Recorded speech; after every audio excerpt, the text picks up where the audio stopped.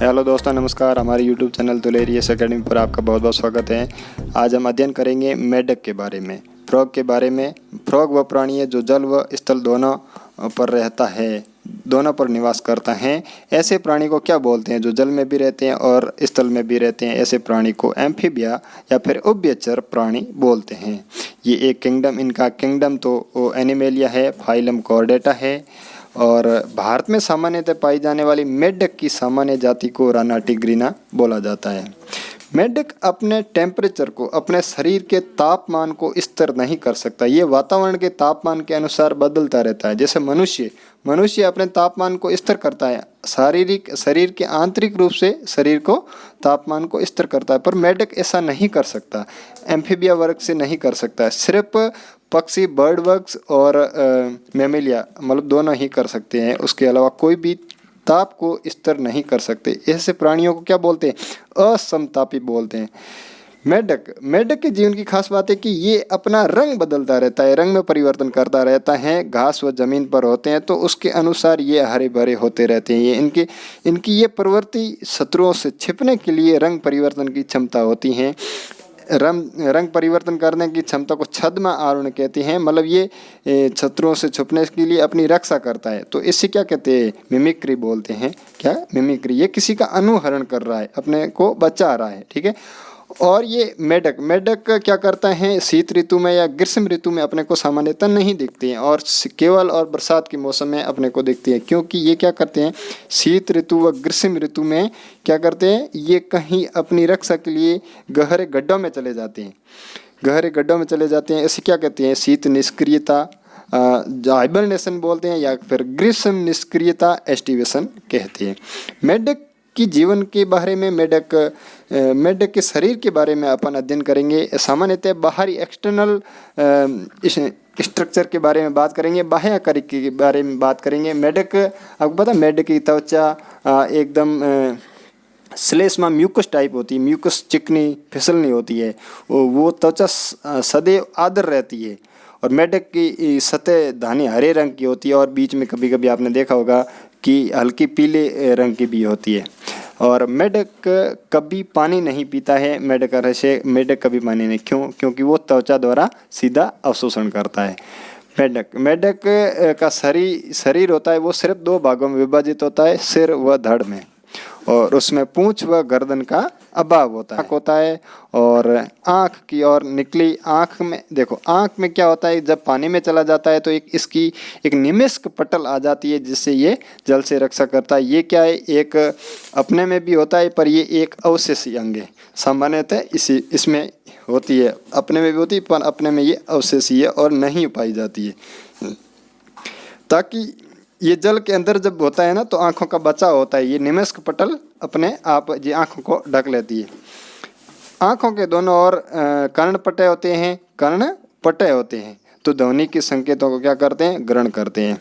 इसमें अग्र और पश्च चलने के लिए और फिरने के लिए, टहलने के लिए, गड्ढा बनाने के लिए पैर होते हैं। अग्रपाद में 4 अंगुलियां होती हैं। आगे वाले पैर होते हैं उसमें 4 अंगुलियां होती है, और पीछे वाले पैरों में 5 अंगुलियां होती हैं।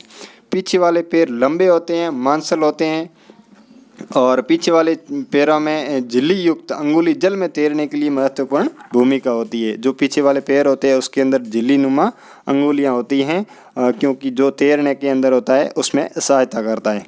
मेढक में लैंगिक द्विरूपता, मतलब इसमें नर व मादा मेढक दोनों अलग अलग होते हैं, द्विरूपता होते हैं। ठीक है, द्विरूप होते हैं मेढक, नर व मादा अलग अलग होते हैं।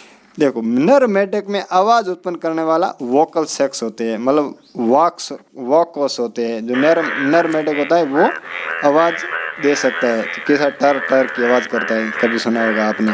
और अग्र पद में, अग्र आगे वाले पैर होते हैं ना, उसके अंदर क्या होता है? मैथुन अंग, सेक्स के लिए, रिप्रोडक्शन जनन के लिए क्या होते हैं? मैथुन अंग होते हैं।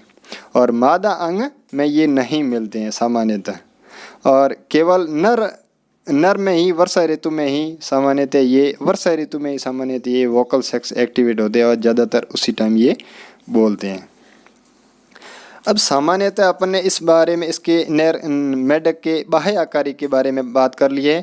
थोड़ी बहुत अपन आंतरिक आकारिक के इंटरनल स्ट्रक्चर के बारे में बात करेंगे कि मेढक की आंतरिक सिस्टम क्या है, जिसमें पाचन तंत्र, श्वसन तंत्र, तंत्रिका तंत्र, संचरण तंत्र, जनन तंत्र की अच्छी तरह से परिवर्तन व कार्यों के बारे में बात करेंगे।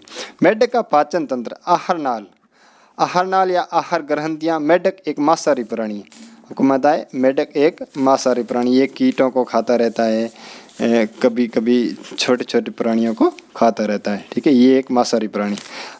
इसकी आहारनाल छोटी होती है, लंबाई क्या होती है, आहारनाल की लंबाई छोटी होती है। इसका मुख व मुख गुहिका में खुलता है, मुख गुहिका में खुलता है, जो गर्सनी से होते हुए गर्सिका में, और गर्सिका आपको पता है आमाशय में खुलती है। आमाशय को आगे चल करके आंत में, आंत आगे मलाशय में, मलाशय आगे जा करके क्लोएका अवस्कर द्वारा बाहर की ओर खुलता है। मुख गुहिका द्वारा गर्सनी में खुलता है और गर्सिका तक जाता है।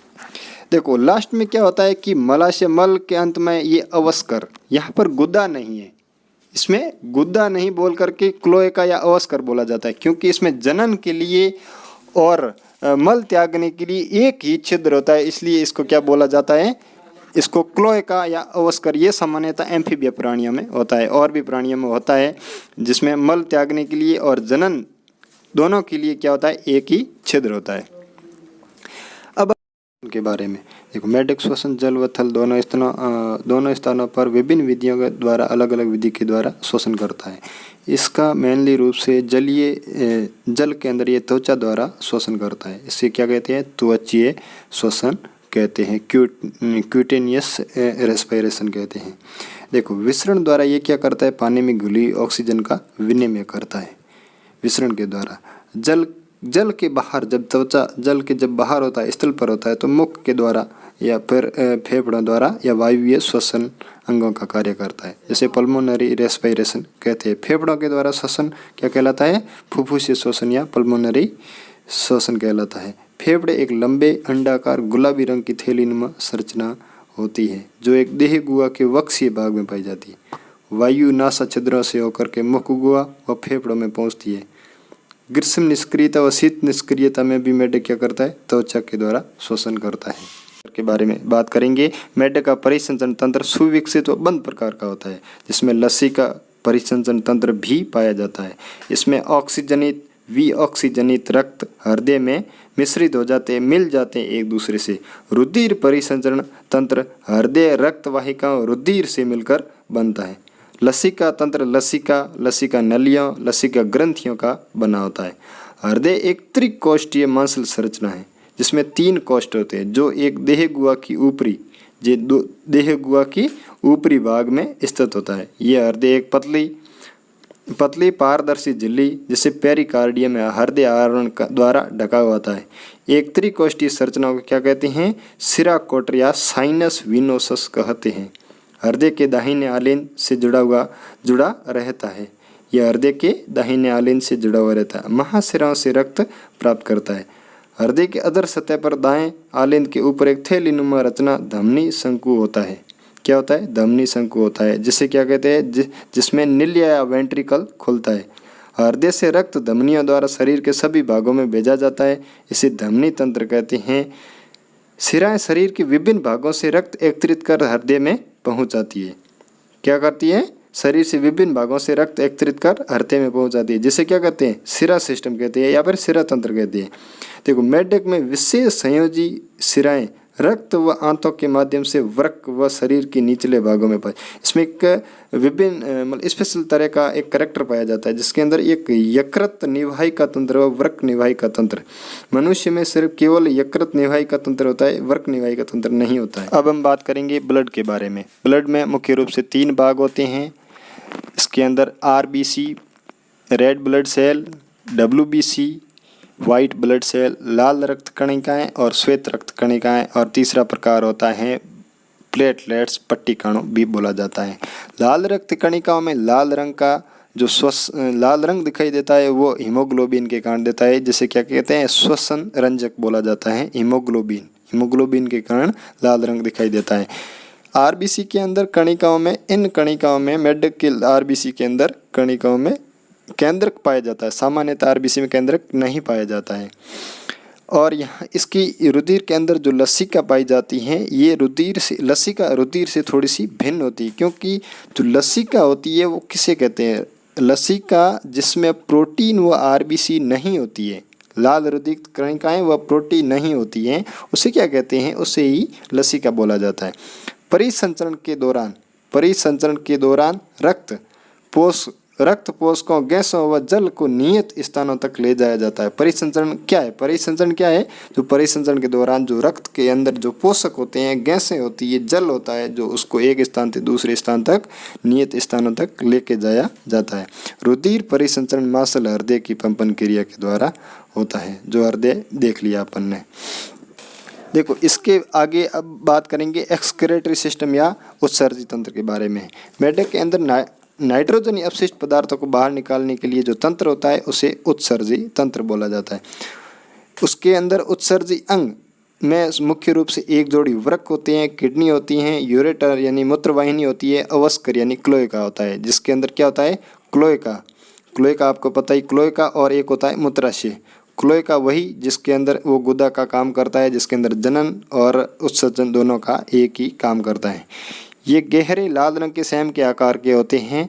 क्या होते हैं? उत्सर्जी तंत्र के अंदर वृक्क, किडनी गहरे लाल रंग के सैम के आकार के होते हैं, देह गुहा के थोड़ा सा पीछे की ओर, कशेरुक दंड के दोनों ओर, जो रीढ़ की हड्डी होती है उसके दोनों ओर। प्रत्येक वृक्क कई संरचनात्मक क्रियात्मक इकाइयाँ, मूत्रजनन नलिकाओं, वृक्काओं का बना होता है। वृक्का मतलब नेफ्रॉन का बना होता है। नर मेढक में मूत्र नलिका वृक्क से मूत्र जनन नलिका के रूप में बाहर आती है।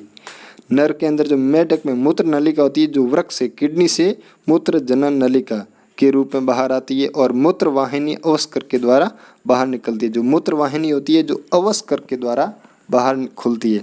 मादा मेढक में मूत्र वाहिनी व अंडवाहिनी अवस्कर द्वार में अलग अलग खुलती है। यहाँ पे एक मोस्टली रूप से ध्यान दीजिए, जो नर मेढक होता है उसके अंदर मूत्र वाहिनी से मूत्र जनन नलिका के रूप में मतलब जो मूत्र आता है और जो जनन नाल होता है वो दोनों एक ही नलिका से आता है। और जो मादा मेढक होता है उसके अंदर मूत्र वाहिनी व अंडवाहिनी दोनों अलग अलग छिद्र के द्वारा किसमें खुलते हैं, अवस्कर के अंदर अलग अलग छिद्र के द्वारा खुलते हैं। और नर में दोनों एक ही छिद्र के द्वारा खुलते हैं। एक पतली दीवार द्वारा मूत्राशय भी मलाशय के अधर भाग पर स्थित होता है। अवस्कर में खुलता है कौन, मूत्राशय भी मलाशय के अधर भाग में होता है। मेढक मुख्य रूप से यूरिया का उत्सर्जन करता है, इसलिए इसे यूरिकोटेलिक या यूरिया उत्सर्जी प्राणी भी कहलाता है। उत्सर्जी अपशिष्ट रक्त द्वारा वृक्क में पहुंचते हैं, जहां पर ये अलग कर दिए जाते हैं, उनका उत्सर्जन कर दिया जाता है अपशिष्ट पदार्थों का, जिसमें नाइट्रोजनी पदार्थ मुख्य रूप से होते हैं। अब हम बात करेंगे मेढक के मुख्य रूप से नियंत्रण या समन्वय के तंत्र के बारे में। नियंत्रण और समन्वय मस्तिष्क के द्वारा होता है, जिसके अंदर और इसके साथ साथ एंडोक्राइन सिस्टम भी होता है, तंत्रिका तंत्र, ये दोनों मिलकर के क्या करते हैं, नियंत्रण करते हैं अपने शरीर का और समन्वय करते हैं। विभिन्न भागों में आपसी समन्वय कुछ रसायनों द्वारा होता है, जैसे जिन्हें हार्मोन कहते हैं। ये अंतःस्रावी ग्रंथियों द्वारा स्त्रावित होते हैं। हार्मोन अंतःस्रावी ग्रंथियाँ एंडोक्राइन ग्लैंड के द्वारा स्त्रावित होते हैं। एंडोक्राइन ग्लैंड कौन कौन सी है, जैसे पिट्यूटरी, प्यूस, आउटू, thyroid, parathyroid, thymus, pineal gland या फिर अग्नाशय, दीपिकाएँ या फिर एड्रिनल या फिर गोनाड्स में जनन से संबंधित वृक्क या अंडाशय। उसके बाद में तंत्रिका तंत्र की बात करें तो केंद्रीय तंत्रिका तंत्र, परिधीय तंत्रिका तंत्र, CNS व PNS, और ANS स्वायत्त तंत्रिका तंत्र, ऑटोनॉमल नर्वस सिस्टम, जिसमें क्या होता है, अनुकंपी व परानुकंपी, जैसे सिंपैथेटिक व पैरासिम्पैथेटिक सिस्टम का बना होता है। मनुष्य में मस्तिष्क के अंदर 12 जोड़ी कपाल तंत्रिकाएं होती है, और मेढक में कितनी होती है, 10 जोड़ी कपाल तंत्रिकाएं होती है। मस्तिष्क हड्डियों से निर्मित मस्तिष्क बॉक्स या कपाल के अंदर बंद रहता है। ये अग्र, मध्य व पश्च मस्तिष्क में विभाजित रहता है। अग्र मस्तिष्क में घ्राणपालियाँ, जुड़वा, युग्मित, प्रमस्तिष्क, गोलार्ध। अग्र मस्तिष्क तो क्या कहलाता है, प्रमस्तिष्क, गोलार्ध। और केवल अग्र मस्तिष्क को क्या बोलते हैं, डायनसेफेलॉन होते हैं। मध्य मस्तिष्क में एक जोड़ा दृक् पालिकाओं का होता है।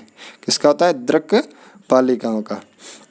पश्च मस्तिष्क व अनुमस्तिष्क व मेंडुला ओब्लागेटा का बना होता है। पश्च मस्तिष्क में क्या होता है, पोंस नहीं होता है, अनुमस्तिष्क व मेंडुला ओब्लागेटा होता है। मेडुला ओब्लागेटा महारंध्र से निकलकर मेरुदंड में इस मेरुरज्जु से जुड़ा होता है। जो पीछे की ओर रीढ़ की हड्डी में मेरुदंड क्या होता है, मेरुदंड क्या होता है, उसके अंदर क्या होता है, मेरुरज्जु से जुड़ा होता है। कौन, मेडुला ओब्लागेटा। मेढक में बात करते हैं विभिन्न प्रकार के संवेदी अंग। संवेदी अंग जिसमें क्या करते हैं, जैसे स्पर्श करते हैं कोई भी चीज़ का तो पता चलना चाहिए, हर चीज़ का अपने को पता, जैसे देखते हैं, सुनते हैं, स्वाद देते हैं, ये सब क्या है, संवेदी अंग है।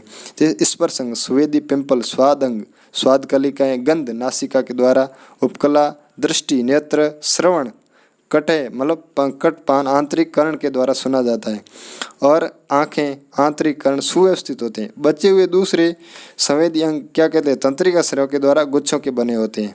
लगभग हर प्रकार के संवेदी अंग तो होते ही है, अपने को पता ही है। मेढक में जो आँख होती है वो गोलाकार एक नेत्र के गड्ढों में स्थित होती है। ये साधारण नेत्र होते हैं। मेढक में बाह्य कर्ण अनुपस्थित है। बाहर के जो अपने कर्ण दिखाई देते हैं उस तरह से मेढक में कान नहीं होते, सिर्फ कर्ण पटई होती हैं, कर्ण की पटई होती है। कर्ण एक ऐसा अंग है जो सुनने के साथ साथ क्या करता है, संतुलन का काम भी करता है। ये अपन सबको पता है कि कान का मुख्य कार्य क्या है, संतुलन है। अब आगे अपन बात करेंगे मेढक के जनन तंत्र के बारे में। मुख्य रूप से जनन तंत्र जिसमें नर व मादा अलग अलग, जैसे मेढक में मादा व नर जनन तंत्र अलग व पूर्ण सुविकसित होते हैं, अलग अलग होते हैं, वह पूर्ण रूप से सुविकसित होते थे। नर जननांग एक जोड़ी पीले अंडाकार वृषण होते हैं। नर के अंदर क्या होते हैं, पीले रंग के अंडाकार वृषण होते हैं, टेस्टिस बोला जाते हैं। जिसे वृक्क के ऊपरी भाग में पेरिटोनियम के दोहरी वलय, वृक्क का जो ऊपरी भाग होता है, वृक्क मतलब किडनी के जो ऊपरी भाग होता है इसमें दोहरी वलय होती है, मीजोकेरियम नामक झिल्ली द्वारा चिपके रहते हैं। ये वृक्क से संबंधित रहते हैं। ये ध्यान रखना, जो वृषण होते हैं वो वृक्क से संबंधित होते हैं। वृक्क मतलब किडनी के ऊपर टेस्टिस जुड़े हुए रहते हैं, ये ध्यान रखना। और इसमें जो शुक्र वाहिकाएं होती है, जो वृषण से निकलती है, जो शुक्र वाहिकाएं होती है उनकी संख्या 10 से 12 होती है। जो वृषण से निकलने के बाद क्या होती है, वृक्क में घुस जाती है, क्योंकि जो टेस्टिस होता है जो किडनी से जुड़ा हुआ रहता है। टेस्टिस से निकलने वाली जो शुक्र नलिकाएं होती हैं वो क्या होता है, उसके अंदर घुस जाती है। किसमें, किडनी में घुस जाती है। और किडनी से क्या होता है, किडनी में विड्र नाल खुलती है। किडनी में क्या कहते हैं, इसे विड्र नाल खुलते हैं, जो क्या होता है आगे जा कर के मूत्रवाहिनी में खुलती है। वही किडनी के आगे तो मूत्र ही बनेगा ना, उसके आगे क्या होती है, मूत्रवाहिनी में खुलती है। अब मूत्रवाहिनी क्या होती है, मूत्र जनन नलिका के द्वारा आगे, क्योंकि उसमें मूत्र जनन नलिका क्यों बोला जाता है, जिसमें मूत्र भी आता है और ऊपर से क्या होता है, टेस्टिस जुड़ा होता है, जिसमें क्या होता है, शुक्राणु वगैरह आते हैं। तो क्या होता है, तो ये दोनों को मिला करके इस वाहिनी को क्या बोल दिया, मूत्र वाहिनी, मूत्र जनन वाहिनी बोल दिया। क्या बोल दिया, मूत्र जनन वाहिनी बोल दिया, जो आगे वृक्क से बाहर आकर के अवस्कर छिद्र में खुल जाती है। अवस्कर एक छोटा मध्य कक्ष है जो उत्सर्जी पदार्थ मूत्र शुक्राणुओं को बाहर भेजने का कार्य करता है। एक छोटा सा मध्य कक्ष है। अब हम बात करते हैं मुख्य रूप से मादा जनन के तंत्र के बारे में। मादा में जो अंडाशय होता है जो वृक्क से संबंधित नहीं होता है, जो अपन ने नर में पढ़ा जी, टेस्टिस होते हैं जो किडनी से जुड़े हुए होते हैं, पर मादा में जो अंडाशय होता है वो किडनी से जुड़ा हुआ, उससे संबंधित नहीं होता है। कोई क्रियात्मक संबंध नहीं होता है किससे, वृक्क से कोई क्रियात्मक, किडनी से कोई क्रियात्मक संबंध नहीं होता है। एक जोड़ी अंडवाहिनियाँ अवस्कर में अलग अलग खुलती है। जो अंडवाहिनियाँ होती है वो अलग अलग छिद्रों के द्वारा खुलती है, पर उसमें क्या होता था, उसमें एक विड्र नाल के द्वारा किसमें, नर में मूत्र और जनन दोनों ही एक ही नली में खोलते थे, पर इसमें क्या होता है, मूत्र वाहिनी अलग खोलेगी और जनन वाहिनी अलग खोलेगी। एक परिपक्व मादा एक बार में 2500 से 3000 अंडे दे सकती है। इनमें मुख्य रूप से कौन सा जनन पाया जाता है, बाह्य निषेचन पानी में होता है। कहाँ होता है, पानी में होता है, वो बाह्य निषेचन होता है। इस तरह से एक तरफ से अंडा रिलीज कर दिया जाता है और एक तरफ से शुक्राणु रिलीज कर दिया जाता है। फिर इनका निषेचन कहाँ होता है, पानी में ही इसका निषेचन होता है। पूर्ण परिवर्धन के बाद क्या होता है, मुख्य रूप से लार्वा अवस्था पा जाती है और मेढक की लार्वा को क्या बोला जाता है, टेडपोल बोला जाता है। अब हम थोड़े बहुत मेढक कि मनुष्य के प्रति क्या लाभदायक है या फिर नहीं है, इसके बारे में बात करें। मेंढक मनुष्य के लिए लाभदायक प्राणी है। ये कीटों को खाता है, इस तरह से फसलों की रक्षा हो जाती है। क्या करता है? कीटों को खाता है, जिससे फसलों की रक्षा हो जाती है। मेंढक वातावरण के संतुलन को बनाए रखता है, क्योंकि ये क्या करता है? इकोलॉजिकल सिस्टम, पारिस्थितिक तंत्र की महत्वपूर्ण भोजन श्रृंखला में एक कड़ी है। कुछ देशों में मांसल पाद मनुष्य द्वारा भोजन के रूप में भी इस्तेमाल किए जाते हैं। क्या किया जाता है? जो इसके पैर होते हैं, मांसल पैर होते हैं, उनको क्या किया जाता है? भोजन के रूप में भी इस्तेमाल किया जाता है। वीडियो देखने के लिए बहुत बहुत धन्यवाद। अब अगले वीडियो में अपन कुछ नए फैक्ट्स के साथ मिलेंगे। Thank you. जय हिंद, जय भारत।